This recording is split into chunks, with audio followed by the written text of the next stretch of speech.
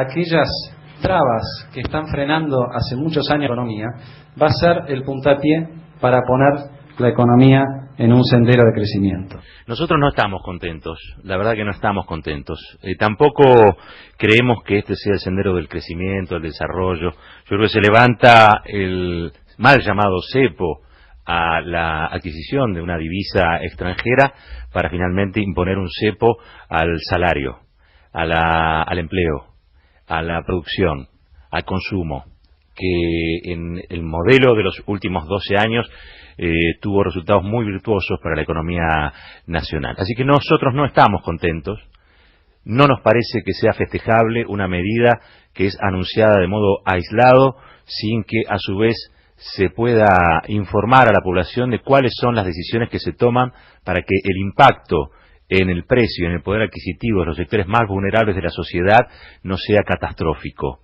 Me parece que ayer a Alfonso Prat Gay, el actual ministro de Economía, secretario de Finanzas de Mauricio Macri, se le olvidó decir que automáticamente y en función de lo que ha estado sucediendo desde que anunciaron esta devaluación en distintas etapas, ¿sí?, hay hoy millones de argentinos que son más pobres, hay millones de argentinos que se han caído del consumo, hay millones de argentinos que van a pasar unas fiestas verdaderamente muy malas.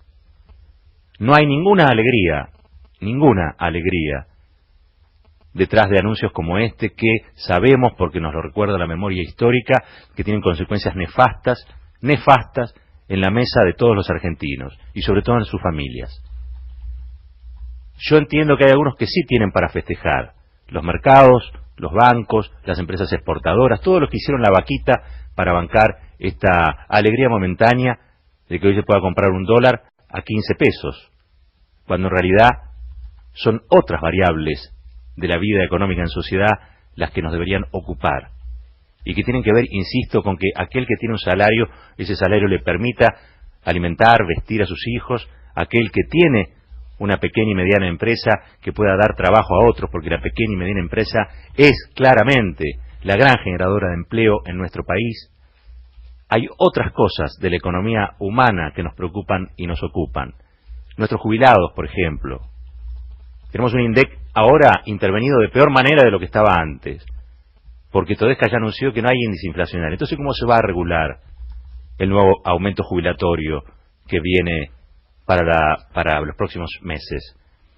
Y me parece que ahí hay una clave también. Vos haces una devaluación de estas características y si no anunciás que vas a sostener de alguna manera el poder adquisitivo de esos sectores más vulnerables, y vuelvo a decir, desde gente que cobra asignación universal hasta trabajadores a los cuales nunca les ocupó ni les preocupó el impuesto a las ganancias porque no llegaban siquiera a esa cifra imponible. Toda esa gente hoy no solamente es mucho más pobre, se cayó del estante. Y si continúan con este tipo de políticas, cada vez se va a profundizar más esto. Por decir cosas como esta, nosotros el 31 de diciembre salimos del aire. Y es preocupante lo que va a ocurrir. Es muy preocupante, porque dónde y de qué manera se van a canalizar estas verdades que también ocurren. Y me parece que esto es sumamente grave, porque también es una devaluación del sentido de la información. Es una devaluación de nuestra libertad de expresión. Y es una devaluación cultural del conjunto del pueblo argentino, de los kirchneristas, de los no kirchneristas, de los macristas y de los no macristas.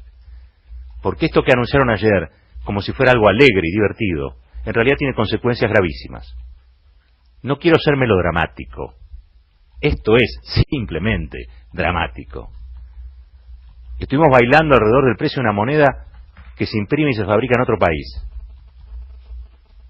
Y en vez de estar pensando en cómo protegemos el salario y el empleo de los argentinos, hoy va a haber multitud de tipos que yo los veía haciendo cola para comprar dólar a ahorro, que ni siquiera lo van a poder comprar, porque el salario ya no lo va a dar. Porque ¿saben qué?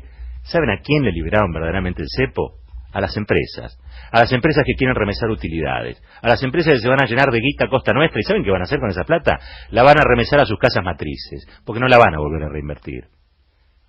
La Fed ayer, que es el Banco Central, digamos, de los Estados Unidos, aumentó 5% la tasa que paga en sus plazos fijos. Los capitales especulativos, ¿ustedes creen que van a venir acá o van a ir a hacerse una ganancia importante importante en su propio mercado, un mercado mucho más importante e interesante para ellos, que es el propio Estados Unidos. No, lo van a hacer allá, no lo van a hacer acá. Porque también es eso, los capitales especulativos, que nosotros definimos así, y que sin embargo ayer Pratt Gay llama como si fueran Superman o superhéroes económicos y financieros del mundo, que nos vienen a hacer buenos negocios y a darnos besos a los argentinos en la boca, en los ojos, en las orejas, donde sea, en realidad son especulativos. Son tipos que van a venir en función de que se les va a garantizar una ganancia inmensa en muy poco tiempo. Y ¿saben qué va a pasar después? Se van a ir. ¿Y dónde se van a ir? En algunos casos a las casas matrices, y en otros casos, a cuentas secretas en paraísos fiscales, donde los argentinos que no confían y no quieren en el país tienen casi 500.000 millones de dólares guardados, que nunca van a traer, porque el negocio no es traer eso a la Argentina, el negocio es mantenerlo allí y generar este tipo de mecanismos políticos y económicos que les permitan venir a hacer su platita, que ahora va a ser un 50% más en pesos, ¿sí?, y llevársela de vuelta. ¿O qué era Alfonso Pratt Gay antes de ser ministro de Economía de Mauricio Macri? ¿No era acaso el albacea y el controlante de las cuentas secretas que tenía el grupo Fortabat en Suiza? ¿Ese es el ministro de Economía? ¿Ese es el modelo que proponen? Yo lo veía ayer muy suelto de cuerpo, me gustó el otro día verlo también, llegar en una moto Harley Davidson.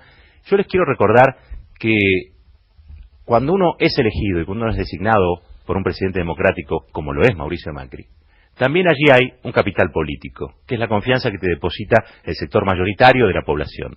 En este caso, apenas la mitad más uno de la población.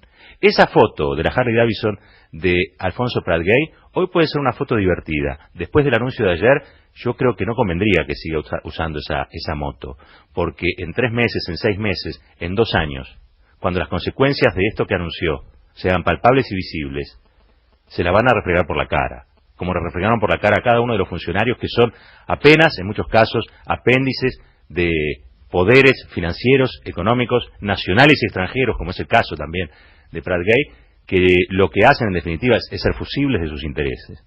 Se las van a reflejar por la cara. Yo entiendo, como decía hoy Funes de Rioja, y lo recordábamos recién cuando hablábamos con Brienza, dicen los empresarios que todo este tiempo estuvieron enjaulados. Se ven a sí mismos como fieras, ¿no? Y claro que lo son. Y claro que lo son. Porque saben cómo es el proceso de transferencia de ingresos. Yo entiendo, acá muchos lo saben, tenemos una audiencia muy vasta y muy amplia, pero también hay muchos que no saben. Les quiero contar una breve anécdota y con esto termino. Hace 5 años, me parece que fueron tan intensos que parecen más. Nosotros hablábamos acá del Renatea, ¿se acuerdan? El Renatea, el Estatuto del Peón Rural, y me vino a ver a la radio un paisano de Mendoza, que a duras penas, digamos, me podía explicar por qué estaba en la radio, pero que él nos había escuchado y que quería saber cómo eran sus nuevos derechos, porque trabajaba en una finca que pertenecía a un pope muy importante de la televisión argentina, y los tenían a todos en negro, y tenían arreglado a aquellos que deberían regular e inspeccionar esas situaciones. Entonces él quería venir a informarse sobre cuáles eran sus derechos. Vino acá a la radio, de Maipú 555. Hablamos, me fui de ahí, terminé llorando, porque uno no sabe a quién llega con la radio. Bueno, ahí teníamos la corporización de a quién llegamos con la radio. Entonces yo le voy a pedir permiso a aquellos que entienden y saben todo, para hablarle a aquellos que hoy nos están escuchando, para entender de qué manera los ricos de este país se hacen más ricos y nosotros, los que vivimos de ingresos fijos, nos hacemos más pobres. Esto es muy concreto. Vos vas a ir al súper hoy, mañana y pasado. Vas a ir al súper y vas a ver que los precios que ya estaban aumentados van a volver a aumentar. Toda la cadena alimenticia está concentrada, está monopolizada. La forma de exacción, es decir, la forma de robarte la plata de tu bolsillo es aumentar los precios. Van a aumentar esos precios y tu ingreso te va a permitir comprar menos cosas. Esas menos cosas que vas a tener que comprar, que para vos es una resignación de derechos, para otros en realidad es la posibilidad de acaudalarse más, es decir, de hacerse más ricos. Esa es la transferencia de ingresos. Todo lo virtuoso, todo lo maravilloso que ayer dijo Pratt Gay que va a pasar, nunca pasó. Nunca pasó. Es una mentira que se estudia cada tanto en las universidades extranjeras, aquí mismo, donde están todos colonizados culturalmente los economistas, a partir de las doctrinas de Schock, las doctrinas neoliberales. Para los que vivimos de ingresos fijos, esto es una tragedia. Habrá algunos que podrán zafar, Por ejemplo, sectores del movimiento obrero que en estos años realmente tuvieron sueldos a partir de las paritarias muy importantes y que hasta hace muy poco discutían en asambleas qué hacían con ese excedente. Querían un excedente mayor. ¿Sí? Bueno, ahora la agenda va a ser discutir mantener el salario, reducirlo o que te echen a patadas a la calle. Cambia la agenda. Es decir, los trabajadores también se van a ver perjudicados. Podrán zafar los sectores medios, es decir, esos trabajadores que lograron salarios importantes en los últimos años, porque como tenían un excedente, ahora tienen un colchón. Pero aquellos que llegaban a duras penas a fin de mes van a estar muy jodidos. Muy jodidos. La gente que cobraba la asignación universal por hijo ayer, hoy tiene un 50% menos de guita en el bolsillo. La gente que cobraba el progresar, hoy tiene un 50% de menos guita en el bolsillo. Los jubilados que hasta ayer tenían 2 aumentos por año, y eso les permitía comprar algunas cositas, hoy van a poder comprar la mitad.